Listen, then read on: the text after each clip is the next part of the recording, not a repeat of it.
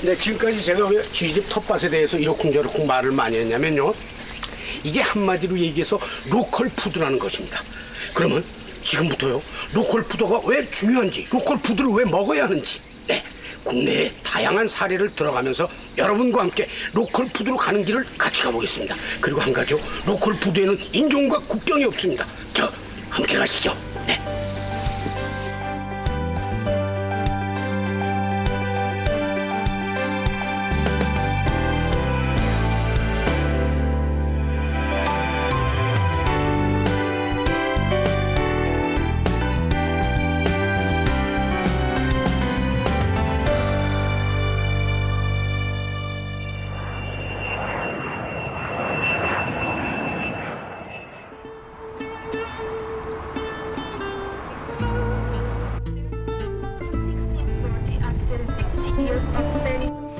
포르투갈의 수도 리스본은 전통의 흔적이 온전히 남아있는 도시죠. 바다를 호령했던 옛 제국 명성에 걸맞게 도시 전체가 하나의 작품같이 보존, 유지되고 있습니다.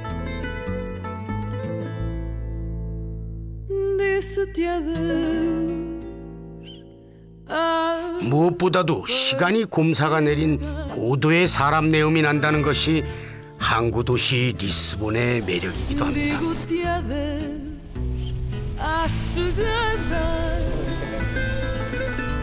마을버스처럼 골목을 헤집고 오르락내리락하는 전차의 굉음 소리도 참 정겹습니다.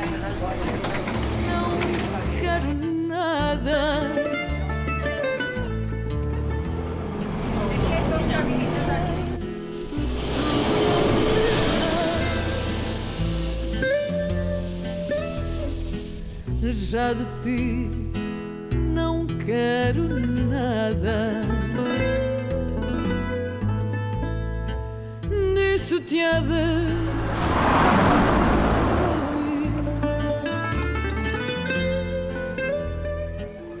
Ficar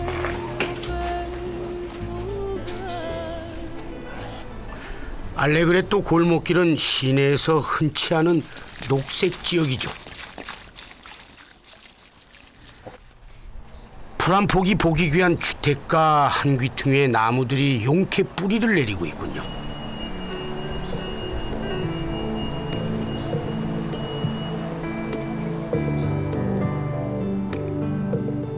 정원이라고 해봐야 돌바닥에 심은 바나나에 과실수 몇 그루가 전부지만은 이 골목길 주민들에게는 훌륭한 정원입니다.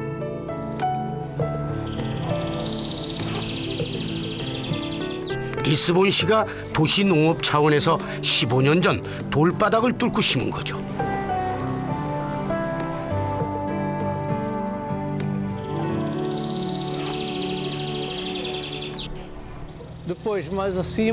우리는 이 식물들로 96년 리스본에서 열린 아름다운 꽃길 경연대회에서 1등을 할 수 있었습니다.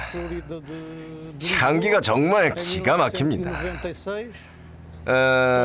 이렇게 프리자 같은 아름다운 꽃들과 식물들이 가득한 화분으로 장식한 창문들과 함께 조화가 잘 되죠.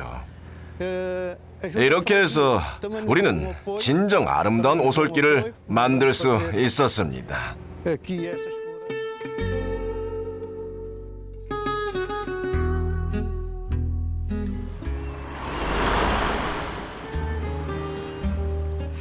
리스본 시내에 있는 의류연구소는 과거 귀족의 호화 정원이었습니다.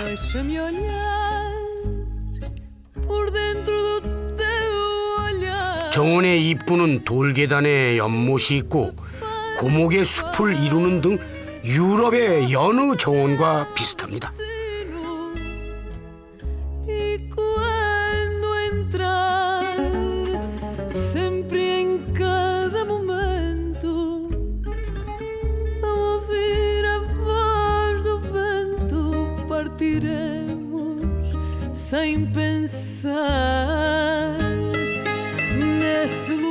그러나 정원의 나무숲을 가로질러 한 걸음만 들어가 보면은 전혀 풍경이 다르죠.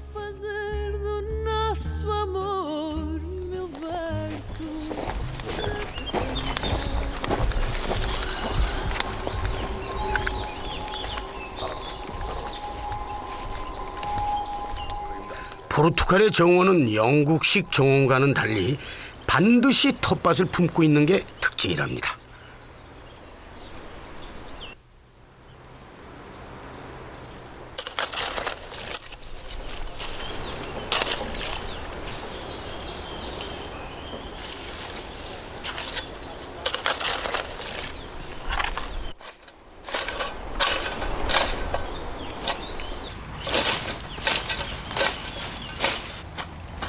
연구소 측은 이 텃밭을 직원들에게 한 떼기씩 나눠주고 농사를 짓도록 권장하고 있습니다.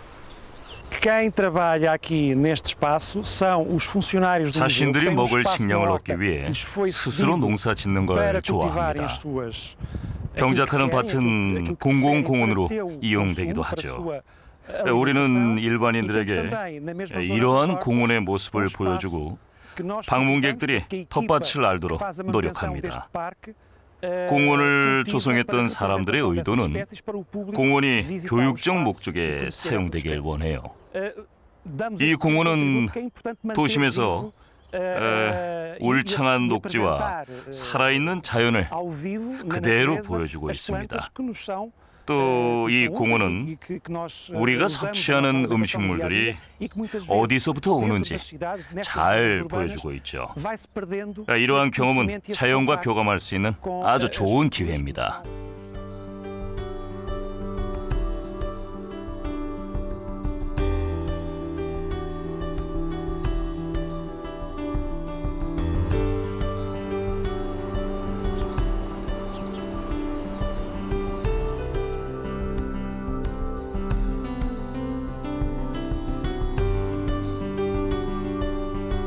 리스본 근교의 까르카벨로스.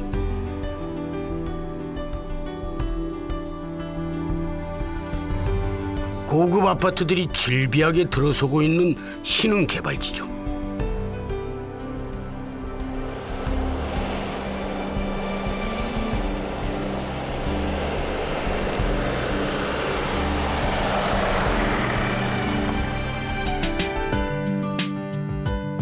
하루가 다르게 아파트가 들어서고 있지만 그 가운데 포도밭이 그대로 남아 있습니다. 8헥타 규모로 제법 큰 이 포도밭은요, 포르투갈 농업경제연구소가 23년 전에 일궈서 직접 관리를 하고 있는 밭이랍니다. 이 목 좋은 포도밭을 건설업자들이 오래전부터 눈독을 들이고 있다네요.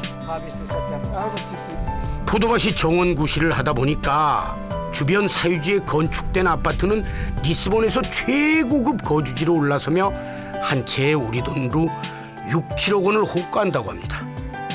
이렇다 보니까 정부 소유인 이 포도밭에도 아파트를 지으려는 건설업자들의 로비가 집요하지만은 그렇게 될 가능성은 없어 보인다고 합니다. 개발도 중요하지만 도시의 이러한 농토가 보전 유지되는 게 전통 농업 보전과 교육적 측면에서 중요하다는 판단에서랍니다. 오히려 옆에 자풀이 무성한 4헥타의 노는 땅도 포도밭으로 계속 일궈나갈 계획이라고 합니다. 포도밭에서 수확할 때 아파트 주민들이 수확을 돕기 위해 나오죠. 네. 왜냐하면 주민들도 여전히 농업 활동에 참여하고 싶어 하기 때문입니다. 그러한 이유가 바로 대도시 사람들이 작은 정원을 갖고 싶어 하고 도시 농업이 중요한 이유라고 생각을 하는 거죠. 이곳에 와인밭을 확장할 예정입니다. 3년 전에 우리는 저 아래 3헥타르 규모로 새 와인밭을 조성했는데 내년 아니면 내후년에 4헥타르 규모의 땅에 같은 품종으로 같은 와인을 만드는 와인밭을 조성할 계획입니다. 왜냐하면 와인은 포르투갈의 역사물이기도 하면서 많은 사람들이 이 와인을 구하고 싶어하고 먹고 싶어하기 때문입니다. 그래서 계획했습니다.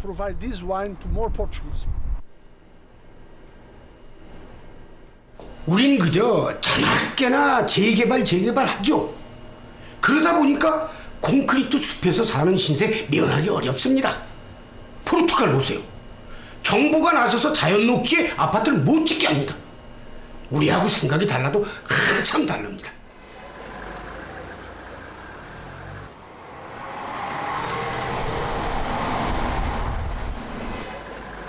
리스본은 전업으로 농사 짓는 인구가 1%도 안 됩니다. 하지만 메마른 도시에 생명을 불어넣으려는 당국의 노력으로 도시 농업의 명맥이 유지되고 있는 것이죠.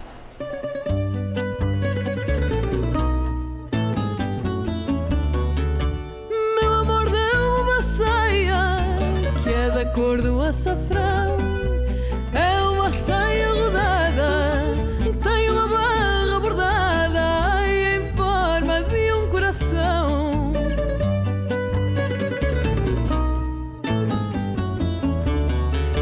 É uma saia das 7 que me deu para eu cantar.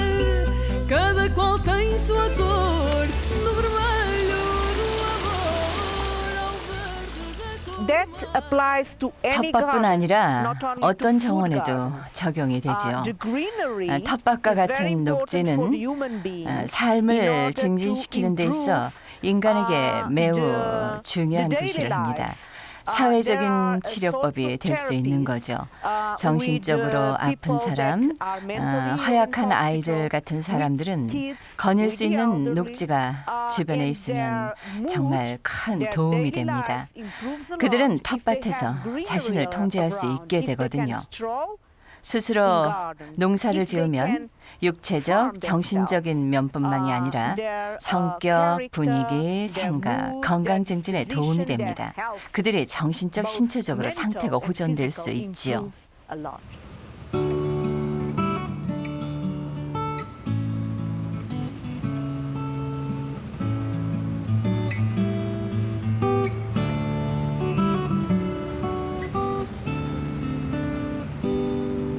캐나다의 서부 연안에 위치하고 있는 밴쿠버는 살기 좋은 도시로 손꼽히죠.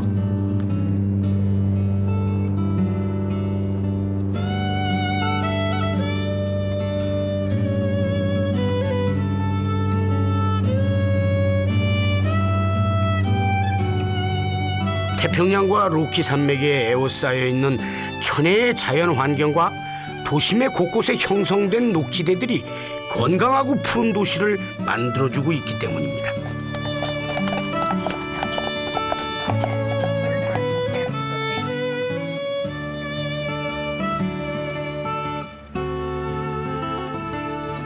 밴쿠버시 조용한 주택가에 살고 있는 워드 씨는 집 앞에 정원을 갖고 있습니다.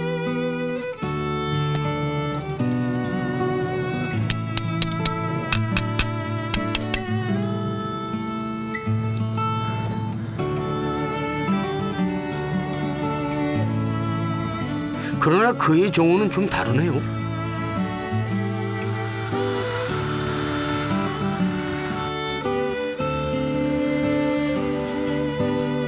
잔디가 매끄럽게 자란 정원이 아니라 반쪽을 아예 텃밭으로 일궜댑니다.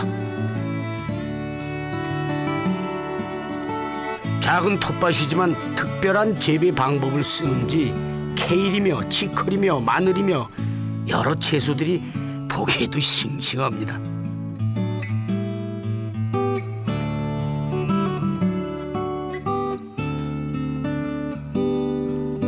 워드 씨는 무공의 재배를 위해 천적을 이용한 농법을 쓰고 있다고 합니다.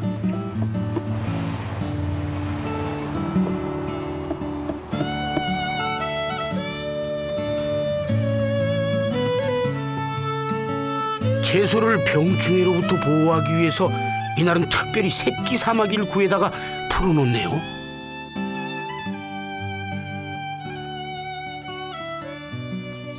워드 씨가 가꾸는 또 다른 텃밭입니다.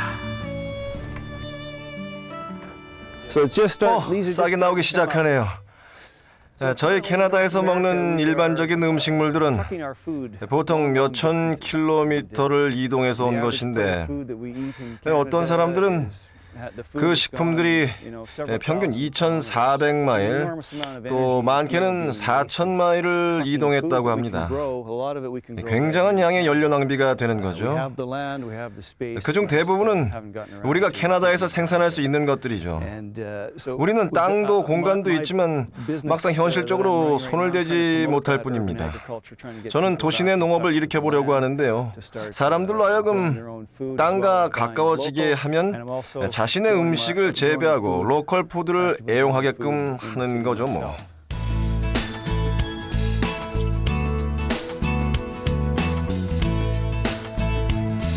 먼 거리에서 오는 것보다 집 근처에서 농사를 지어 먹는 게 좋다는 인식이 확산되면서 빈터가 있는 곳이면 농사 짓는 걸 흔하게 볼 수가 있습니다. 텃밭을 일구면서 도시 미관에 대한 인식도 바뀌어가고 있죠.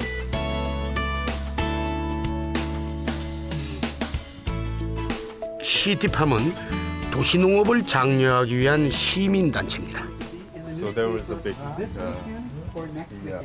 시티팜은 30년의 역사를 자랑하는데요. 캐나다에는 이같이 도시인들의 농사와 관련된 시민운동이 매우 활발하다고 합니다. 연구소 토주대감인 캐리는 교육용 텃밭의 채소를 일일이 설명하면서 잔디 무용론을 역설합니다. 밴쿠버처럼 큰 도시에는 잔디밭이나 잔디로 되어 있는 곳이 많지요. 공간을 제대로 활용하지 못하는 거예요. 우리의 농산물이나 채소, 허브, 작은 과일들, 나무 등을 더 많이 키울 수 있거든요. 우리가 먹는 음식의 상당 부분을 스스로 재배할 수 있죠.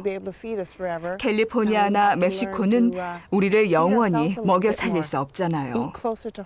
스스로 작업할 수 있는 방법을 찾아야 합니다. 발코니나 화분에 쉽게 키울 수 있어요. 아깝게 잔디를 둘 게 아니라 먹을 수 있는 것을 키워야 돼요. 그리고 잔디밭보다 텃밭을 가꾸는 게 더 매력적일 거예요. 거기에 잔디를 파내고 뭔가를 심으면 즐겁죠. 잔디밭은 공간의 낭비거든요.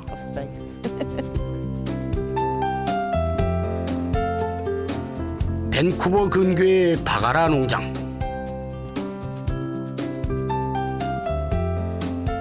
버나비시에서 조성한 이 농장은요 300여 가구가 임대해서 농사를 짓고 있습니다.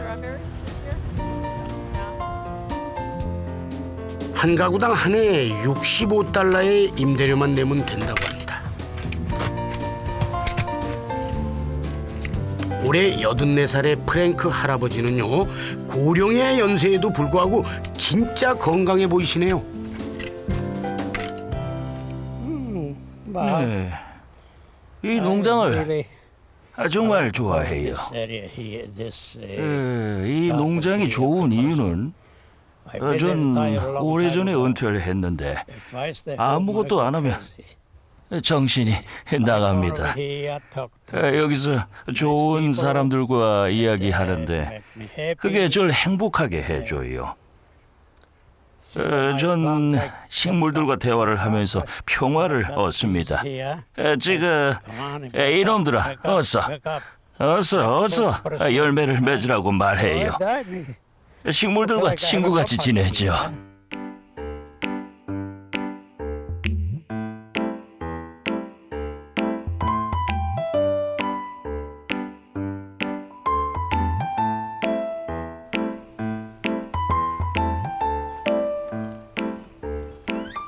주말에만 심심풀이로 들리는 호사 취미 정도가 아니고요. 채소를 기르면서 보람을 찾는 농원 사람들은 스스로를 농부라고 여기는데 주저하지 않습니다.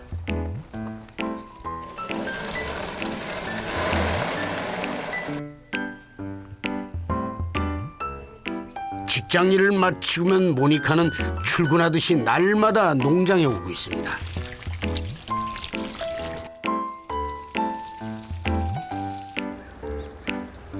그녀는 금덩이 같은 자식의 몸을 씻겨주듯이 채소 한 포기 한 포기마다 행여 목이 마를까 남은 한 방울 물까지 쏟아붓네요.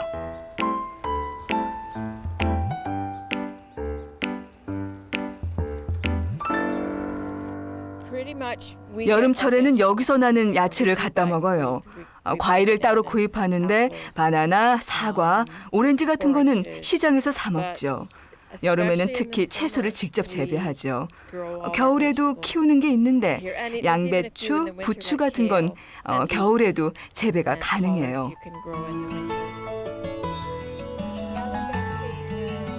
도시농사가 시민들의 호응이 높아가자 밴쿠버 근교 리치몬드 시 당국은 농지 나눠주기 계획을 추진하고 있습니다.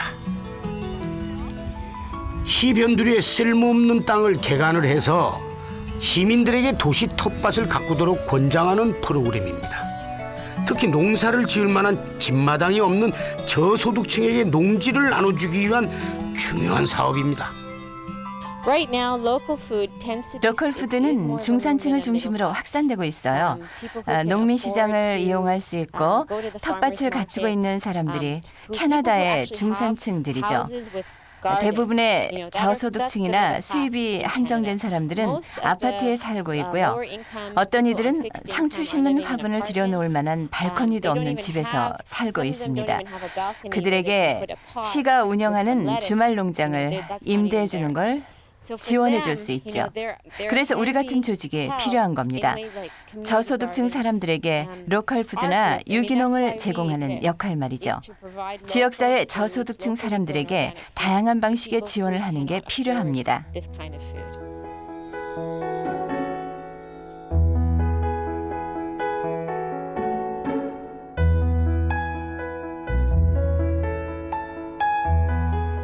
앞쪽에 이미 조성된 리치몬드 시형 농원에는요, 넥타이를 푼 허름한 작업복 차림의 시민들이 영락없이 농부의 모습으로 변했습니다. 그리고 자신만의 공간임을 나타내기 위해서 예쁜 이름의 간판도 걸었네요.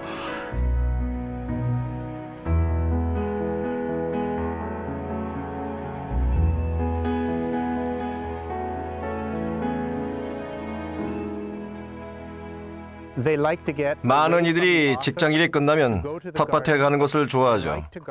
많은 사람들이 채소를 가꾸는 것을 취미로 여깁니다. 농산물을 키울 때는 그것으로 싱싱한 채소를 먹는 것에 즐거움을 찾죠. 정원 뒤뜰에서 부엌에 밥상까지 가져오는 시간은 굉장히 빠릅니다. 비용도 얼마 들지 않아요. 텃밭일을 하니 아주 좋아요.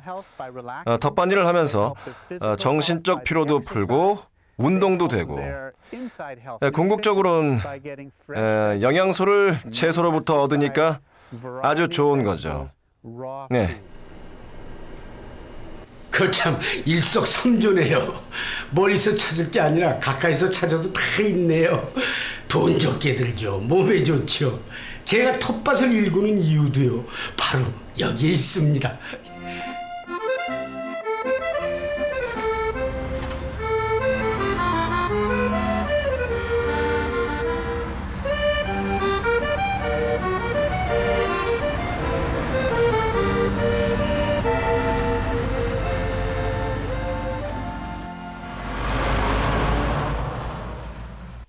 먹거리의 이동은 전 세계적인 현상입니다.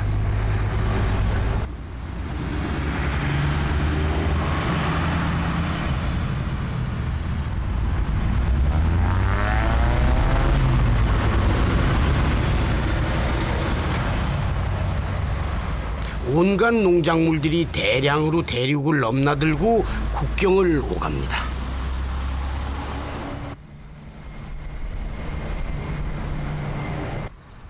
독일 쾰른에서 북동쪽으로 200km 떨어진 네덜란드 국경도시 벤로.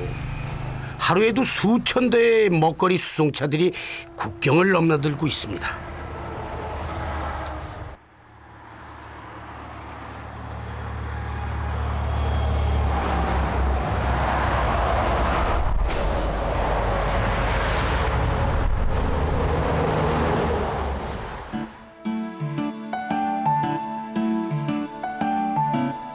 공사대국인 네덜란드 슈퍼마켓에 가봐도 각종 과일들이 대륙을 국경을 건너와 있습니다.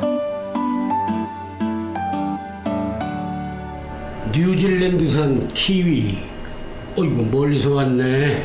칠레산 사과, 요놈은 미국산 자몽. 아이고 이 오렌지는 진짜 멀리서 왔네요. 야 아르헨티나에서 왔네. 근데 한눈에 보기에도 이게 좀 시들해 보이지 않으세요? 야 진짜 세계 각국에서 다 와 있습니다. 그러나 현지에서 아무리 신선한 농산물이라도 장거리 이동을 하면 손도가 떨어지고 영양분도 파괴되기 마련입니다. 여기에다 장거리 수송에 사용되는 연료는요, 지구온난화의 주범인 이산화탄소의 배출량이 엄청나죠. 문제는 얼마나 건강에 좋은지, 식품에 드는 비용이 얼마인지 따져봐야죠. 단순히 돈이 아니라 환경적인 관점에서 말이에요. 우리가 현재 밴쿠버에서 실시하고 있는 100마일 다이어트라는 게 있는데요. 자기가 사는 곳에서 100마일 이내의 음식을 먹는 겁니다. 텃밭에서 채소를 키우는 아주 가까운 곳에서 나는 걸 먹는 거죠. 거리라는 게 환경적인 요소에서 아주 놀라운 겁니다.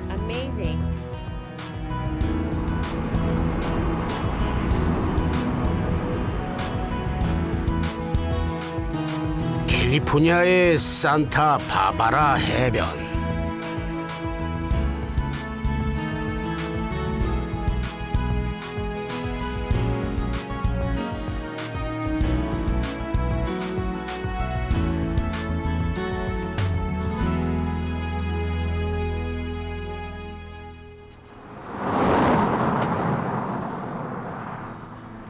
미국 캘리포니아주는요, 해변 말고도 연중 내리쬐는 질 좋은 햇살이 귀중한 자산이죠. LA시에서 서쪽으로 3시간을 달려가면은 거대한 오렌지 밭이 바다처럼 펼쳐지고 있습니다.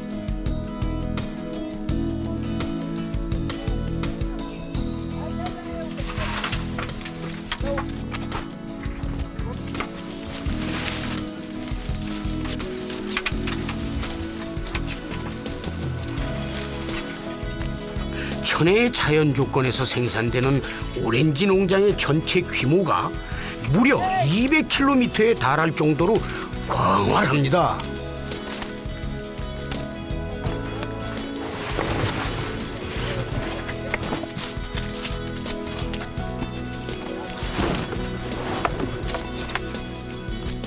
밭에서 딴 오렌지는 곧바로 트랙터에 실려 한 군데로 옮겨지고 있군요.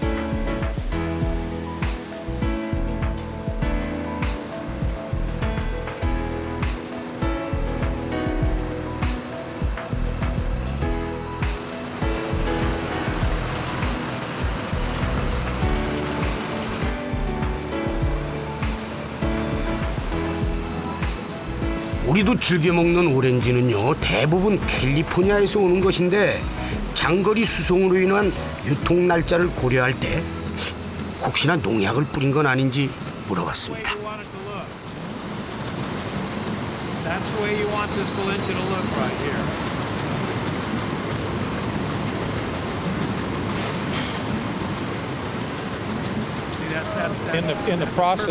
과일을 포장하는 과정에서 왁스를 합니다. 왁스 과정은 과일이 근본적으로 거칠어지는 속성이 있기 때문에 그걸 하지 않으면 건조해집니다. 왁스로 습기를 보존하고요. 과즙을 남겨서 어떠한 상황이라도 과일 신선도를 올리는 거죠. 브라질 카누바 나무에서 채취된 왁스고 사람이 섭취 가능한 것으로 판명이 났습니다. 하지만 과일 표면에 바르는 것이기 때문에 과일 껍질을 먹지 않지만 먹어도 인체에는 전혀 해롭지 않아요.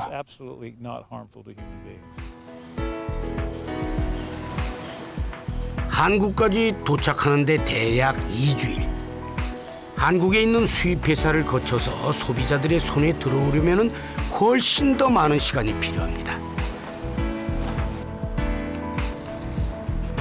사실 캘리포니아 오렌지도 현지에서는 신선한 로컬 푸드죠.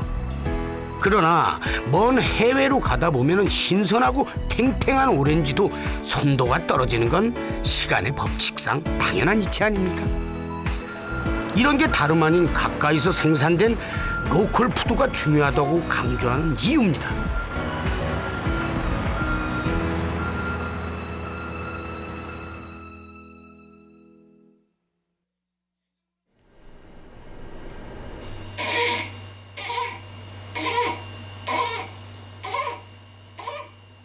이탈리아인들에게 포도주는 일상의 영혼이나 다름이 없죠. 어느 작가는 빵이 육체를 위한 것이라면 포도주는 영혼을 위한 것이다 라면서 포도주를 극찬하기도 했죠.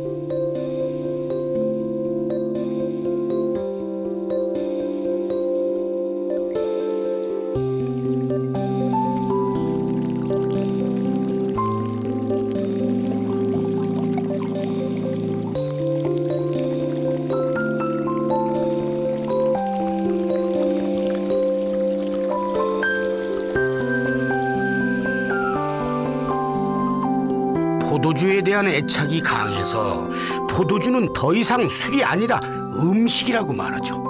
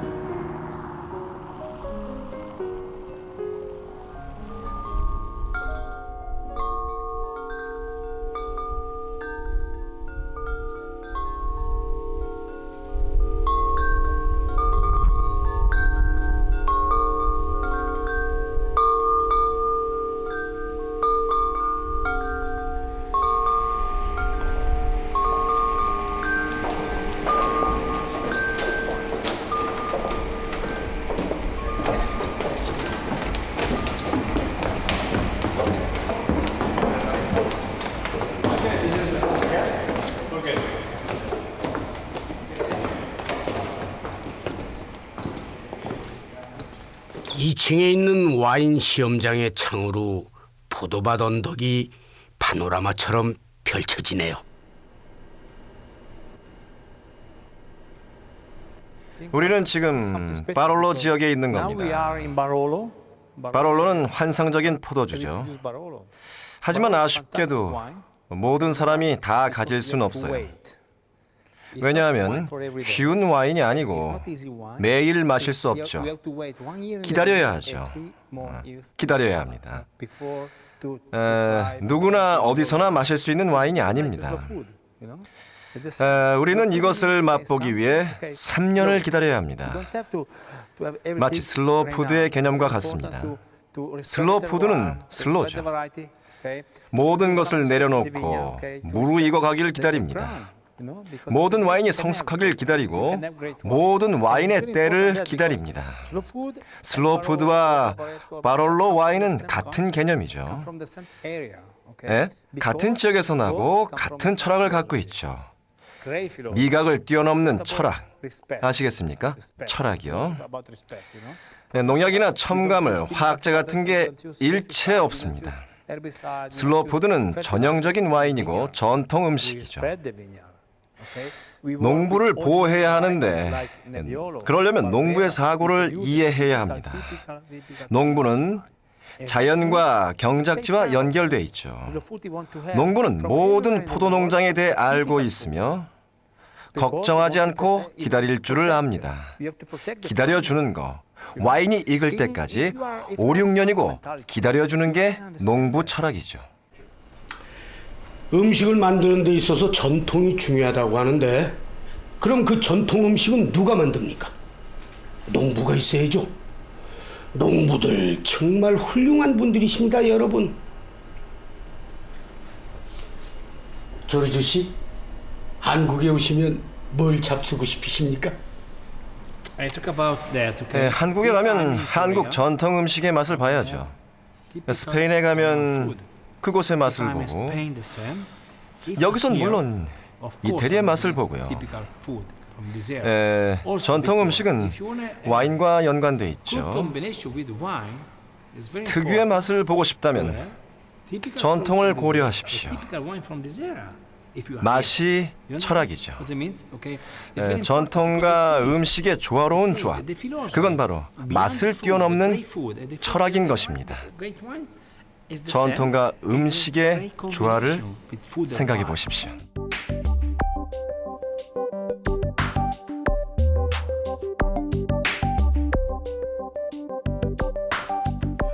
슬로푸드 운동의 기본 철학은요, 이렇게 자연의 속도에 순응해서 생산되는 포도주에서 그 개념이 탄생을 했습니다.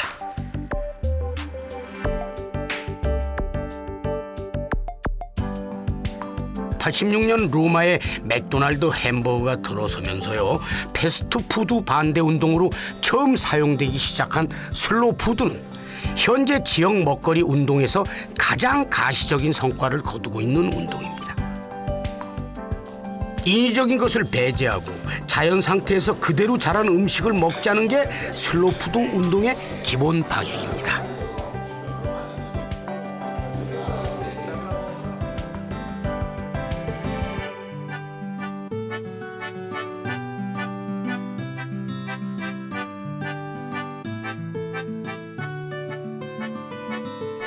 이탈리아 서북부 브라에 있는 슬로푸드 운동본부는 전 세계적인 활동을 통해서 상당한 호응을 얻고 있습니다.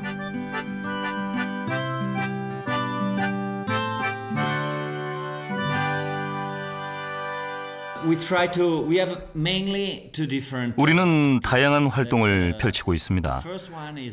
사람들과 아이들에게 우리가 무엇을 먹을지 미각 교육을 해주는 것도 있어요.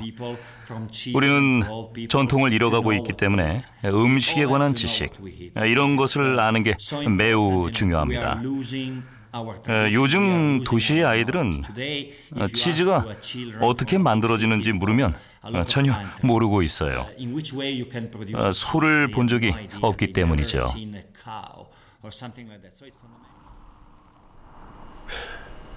애들이 소를 본 적이 없대네요. 사실 우리나라도 마찬가지입니다. 그건 뭐 동서양이 다 똑같네요. 이 슬로우 푸드라는 거는요, 결국 맛을 알아야 하는데, 맛을 알려면 그 교육이 필요하죠. 지당하신 말씀입니다.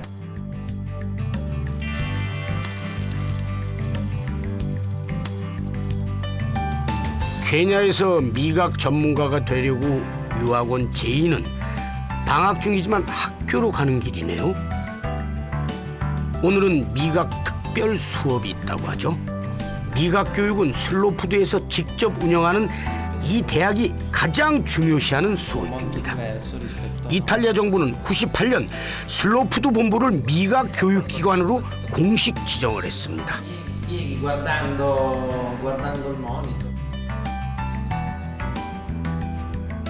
냄새를 맡고 맛을 보고 그 결과를 컴퓨터에 입력을 합니다.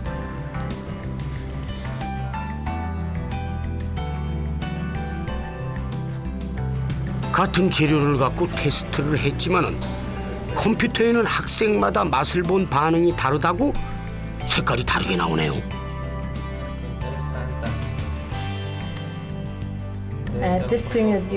다양한 음식과 음료를 분석하는 법을 배우기 때문에 미각 교육은 중요하죠.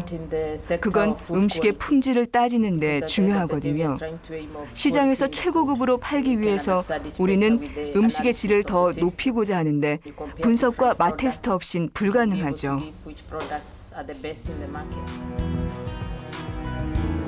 대학 지하 1층에 자리한 포도주 은행도 음식 대학의 자랑거리입니다. 이탈리아 전역의 300여 개 농가에서 온 수천 종의 와인이 전시돼 있는데요. 박물관이나 다름이 없습니다.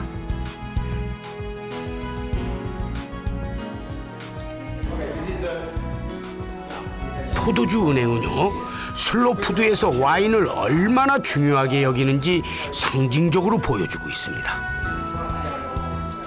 입구에서 보면 끝이 보이지 않는 포도주 동굴, 어림잡아 100여 미터 넘어 보입니다.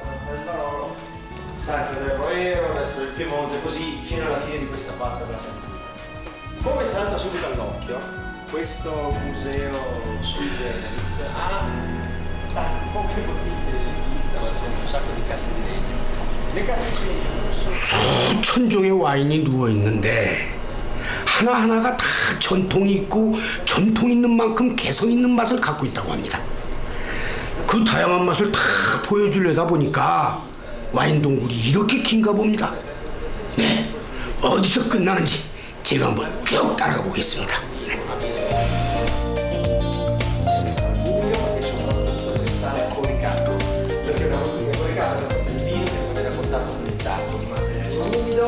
e di far sì che il vino respiri e fa sì che il tavolo non si secchi e quindi insomma ci sia il giusto apporto d'aria senza che il vino vada a corrompersi, perché se il tavolo andasse a seccarsi ci sarebbe passaggio di funghi, batteri, tutto quanto si trova nell'aria dovrebbe rovinare. Qua ci siamo appena lasciati l'Anghe Monferrato alle spalle, girando a destra abbiamo tutto il resto d'Italia.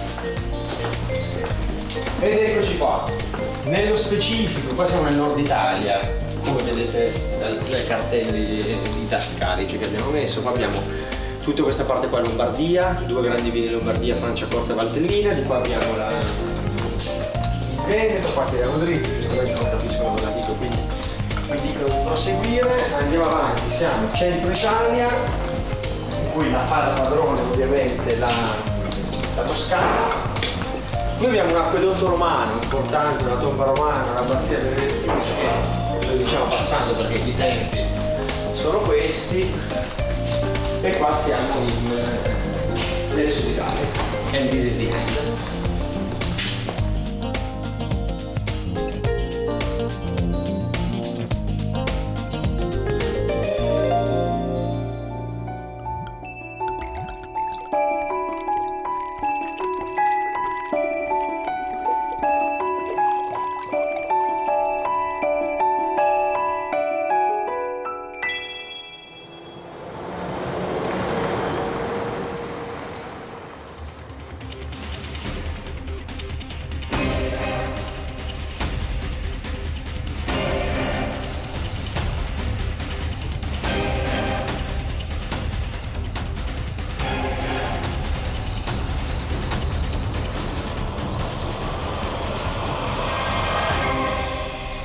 이탈리아 서북부 피에몬트주의 중심 도시 토리노는요, 바로코의 건축 양식의 전시장 같은 고도지요.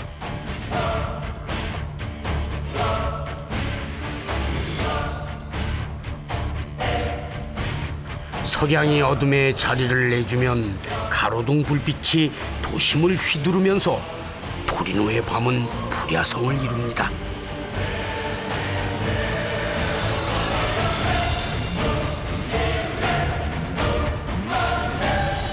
피아트 자동차로 유명한 토리노는요, 최근 들어 먹거리 운동의 중요한 도시로 부상을 하고 있습니다.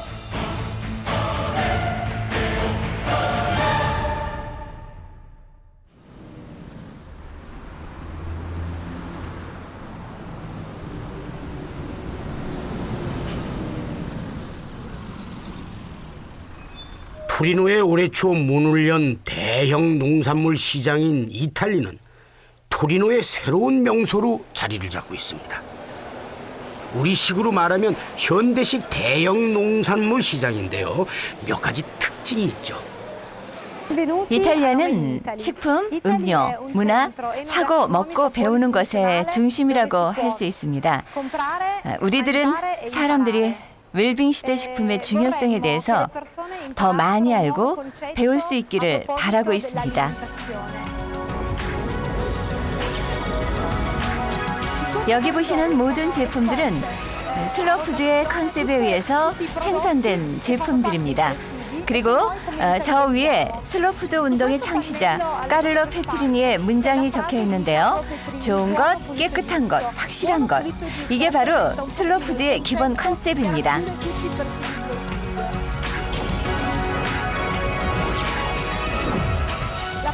우리들이 항상 먹는 피망의 경우를 한번 들어볼까요? 여름에 재배해서 여름에 먹을 때 비로소 제철 식품이라고 할 수 있습니다. 제철 상품들은 신선함을 유지한 채로 팔 수 있으려면 최단 거리 교통수단을 이용해야 하는데요. 토리노 식품들을 토리노에서 재배해서 토리노에서 판매하는 경우라고 할 수 있죠.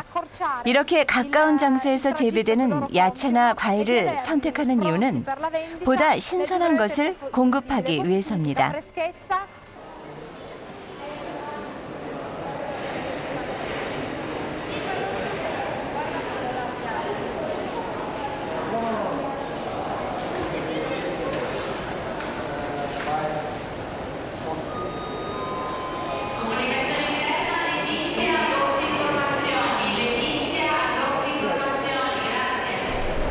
우리 동네 게 아니면 먹질 마라. 이탈리아 사람들 대단한 미식가들이죠. 그게 다 이유가 있었네요. 거기엔 말이죠, 음식 관련 공부들을 많이 한다고 합니다. 그래서 이곳 이탈리 지하 서점에는요, 음식 관련 책이 가득하다고 합니다. 왜냐? 많이 알아야 더 많이 맛을 느낄 수 있다 이거죠. 예.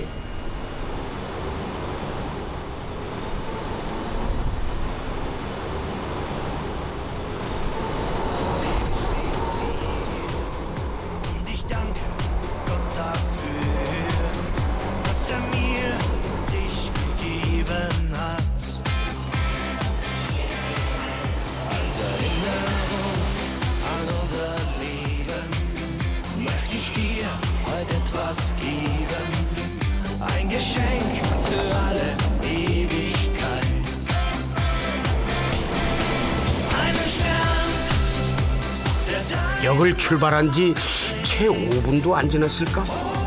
조금 전 번잡하던 인파와는 달리 잘 정돈된 정원이 차창 밖으로 펼쳐지네요.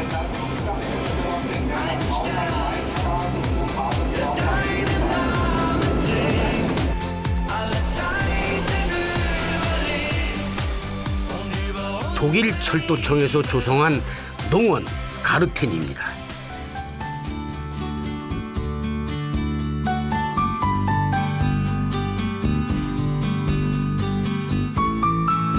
뒷길 옆이라 소음이 심해서 별 쓸모없어 보이는 땅이지만은요, 안으로 들어가면 별천지라는 느낌을 갖게 합니다.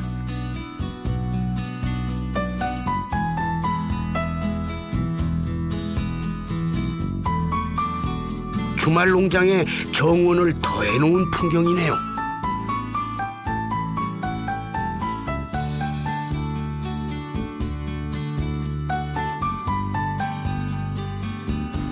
집 안으로 들어가 보면은 조리할 수 있는 취사 도구며 침실까지 있어서 사람들은 이곳을 주말 농장이 아니라 주말 별장으로 부른다고 합니다.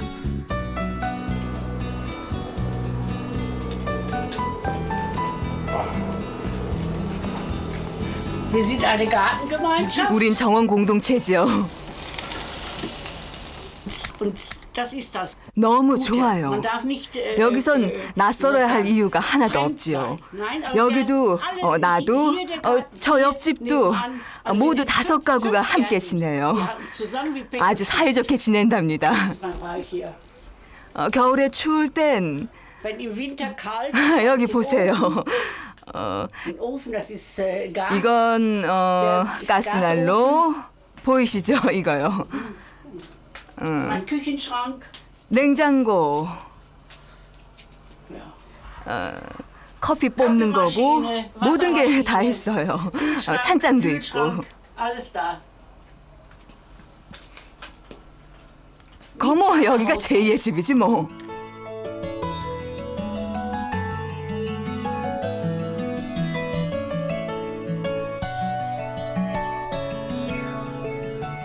얼핏 보면 친한 친구들끼리 작은 파티를 하는 모습 그대로죠.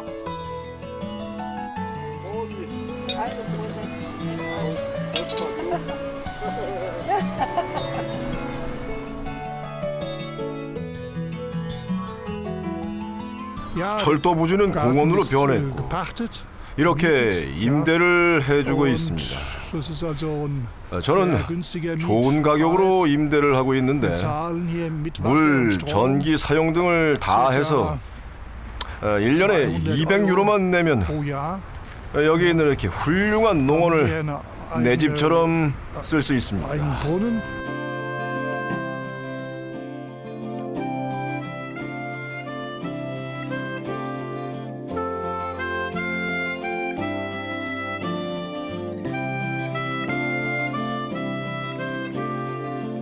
Deutsche Gärtner. Und Etty. Das ist der typisch deutsche Gärtner. 모두 72가구가 옹기종기 모여있는 철도부지 텃밭은 단순히 농사를 짓는 차원을 넘어서 삶의 여유를 향유하는 공간으로 승화된 모습입니다. 독일에는 정원법이 있어서요, 도시 텃밭의 경작을 법으로 보장하고 있죠. 현재 전국적으로 150만 명 이상이 가르텐을 갖고 있습니다.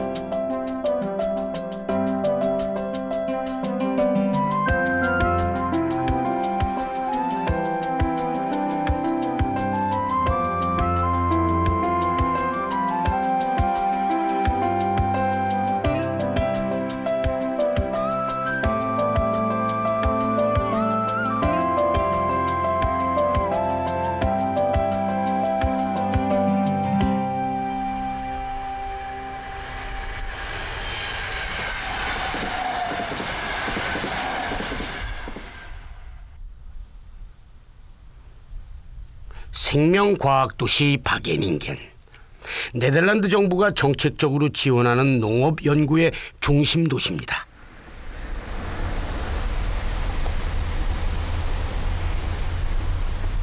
도시 입구부터 아름드리 나무가 숲을 이루고 있네요. 집들은 나무숲에 가려 지붕만 겨우 보일 정도로 도시 안팎이 녹색의 신비로움에 둘러싸여 있네요.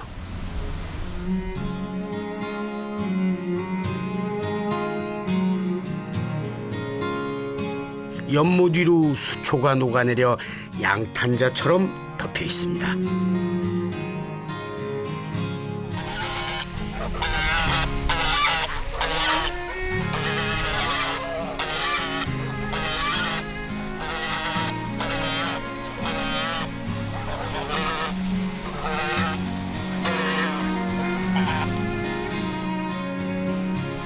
9월의 햇살 속에서도 녹색 향기에 취해서 한결 여유로워 보이는 박예닝겐 사람들. 자연이 그들에게 베푼 혜택을 흠뻑 누리는 것 같습니다.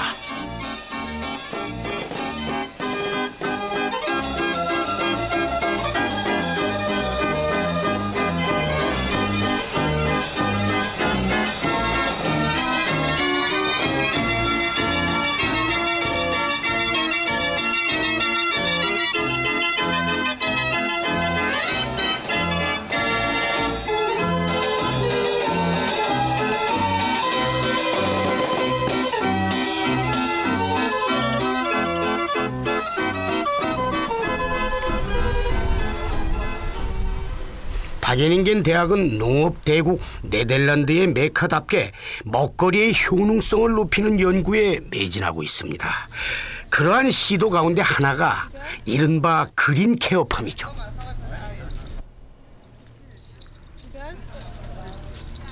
육체적으로뿐 아니라 정신적으로 어려움을 겪는 환자들이 농가에서 일을 하면서 치료 효과를 보는 도시농업의 새로운 분야입니다.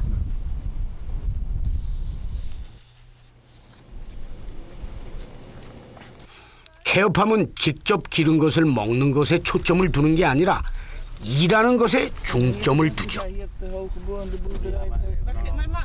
환자의 사생활 보호 때문에 촬영이 허락되지 않았으나 5분 안에 끝내야 된다는 단서를 달고서야 겨우 동행 승낙을 받았죠.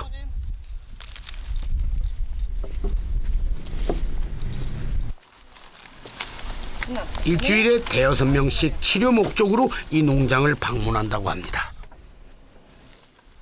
양파를 집어들었으나 몇 개는 떨어뜨리고 남은 2개를 바구니에 담으려고 해도 팔이 떨리는 게 정말 힘들어 보이네요. Wacht dat wel? In jouw kist? Ja, deze kan ook een beetje. Oké, vol. 네덜란드에서 케어팜을 운영하고 있는 농가도 800여 군데나 달한다고 합니다. 환자들에게 그린 케어팜이 어떤 효과를 주는지 연구해봤습니다. 그 결과 그린 케어팜 활동이 환자들에게 긍정적인 결과를 준다는 걸 알게 됐어요. 그동안 환자들은 아무 일도 하지 않고 집에만 있었습니다. 하지만 작물을 기르기 시작하면서 신체적, 정신적으로 달라졌습니다. 예를 들어 호박을 기르면서 굉장한 성과를 얻게 됐는데요. 환자들은 호박씨를 뿌리는 것만으로도 자신감이 생겼습니다. 또 한동안 병원이나 집에서만 머물던 환자들이 다른 사람들과 함께 농가에서 일하면서 사람들과 어울려 지내는 법, 또 사회의 일부가 되는 법을 자연스럽게 배우게 됐습니다.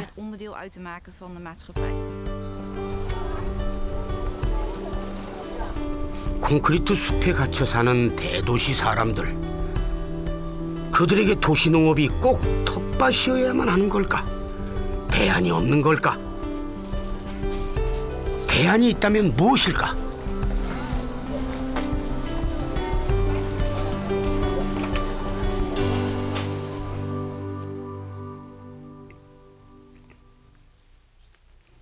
거대한 유리벽의 그린하우스. 피망 농장이죠.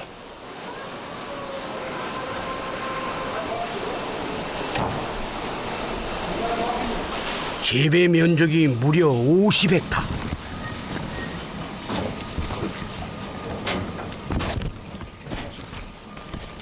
(1평방미터당) 32kg 정도 생산되니까요. 한 해 250만 kg의 피망을 수확할 수가 있다고 합니다.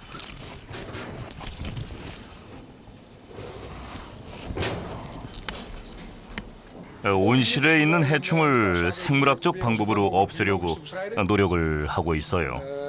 그래서 다른 벌레들을 풀어놓습니다. 천적 같은 거 말이죠. 작물에 질병과 병균이 퍼지지 않도록 노력하고 있습니다. 더 이상 손을 쓸 수 없을 때 화학적 방법을 쓰기도 하죠. 하지만 그러지 않도록 하고 있습니다.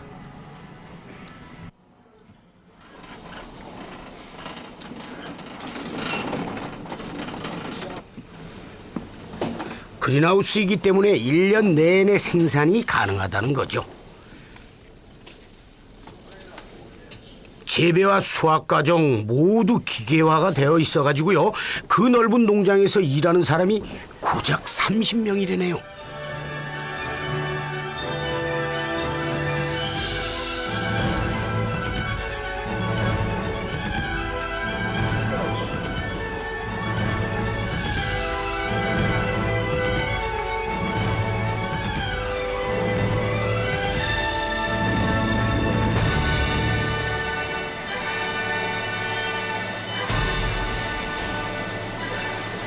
이렇게 인공적으로 대량 재배하는 것이 도시농업의 근본 취지와 다르지 않는가 하는 의문이 듭니다. 네덜란드에서도 산업농업이라 품질이 나쁠 거라고 생각했는데 그건 사실이 아닙니다. 그거는 선입견일 뿐이죠. 피망의 품질은 최고입니다. 비료 사용량도 매우 낮고 살충제는 거의 0%며 또한 맛에서도 아주 훌륭함을 나타내죠. 모든 걸 통제하고 있기 때문에 품질이 아주 좋습니다. 구체적으로 피망의 크기나 맛 등도 아주 월등히 좋습니다. 게다가 가격도 아주 합리적입니다. 여러 가지로 금상첨화죠. 특히 인구가 밀집된 대도시에서는요, 이러한 첨단 도시 농업만이 안전하고 싱싱한 먹거리를 지속적으로 공급할 수 있는 대안이 될 수 있다는 거죠. 모든 환경적 요인이 통제 가능한 모든 질병과 해충을 배제시킬 수 있는 대규모 소비 시장에 최상의 품질을 제공할 수 있는 시스템을 개발하고자 노력하죠. 하이테크 기술을 사용하는 방법으로만 해야 합니다. 왜냐하면 그러한 하이테크 시스템을 개발하고 많은 인구들을 위한 식량 소비를 생산할 때만이 사회복지의 중요한 농업 시스템으로서 돌보고 치유하는 형태로서 다른 농업을 할 여유가 생깁니다.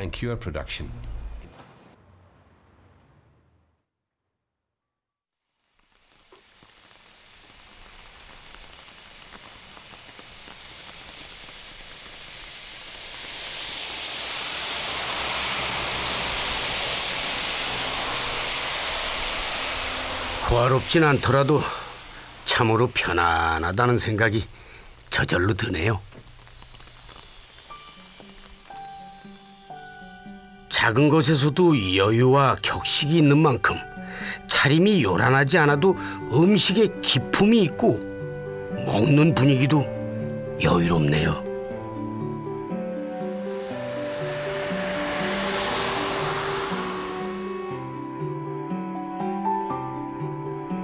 우리도 음식에 관한 관심이 남다르죠. 그렇지만 먹거리에서 속임수가 여전하고 질 좋은 농산물을 감별해내기 어려운 소비자들의 식탁은 여전히 불안합니다.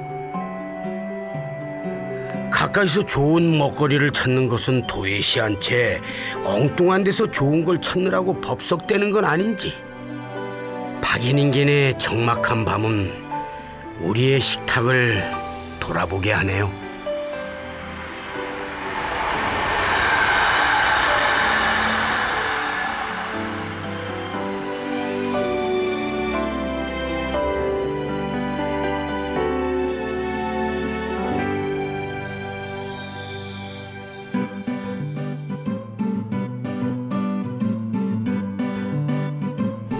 잘 보셨죠? 로컬 푸드 조금 아마 생소하셨을 거예요. 근데 이게 또 꼭 필요하거든요. 그래서 잠시 후 2부에서는요, 우리 먹거리 얘기를 좀 하겠습니다. 수입산이 국산도 둔갑을 하고 농약 문제, 벌레 먹은 배추, 유기농 뭐 등등, 어쨌든 어디서 뭘 어떻게 사드셔야 안전하신지 제가 그걸 알려드릴 테니까요. 잠시 후에 꼭 뵙죠. 예.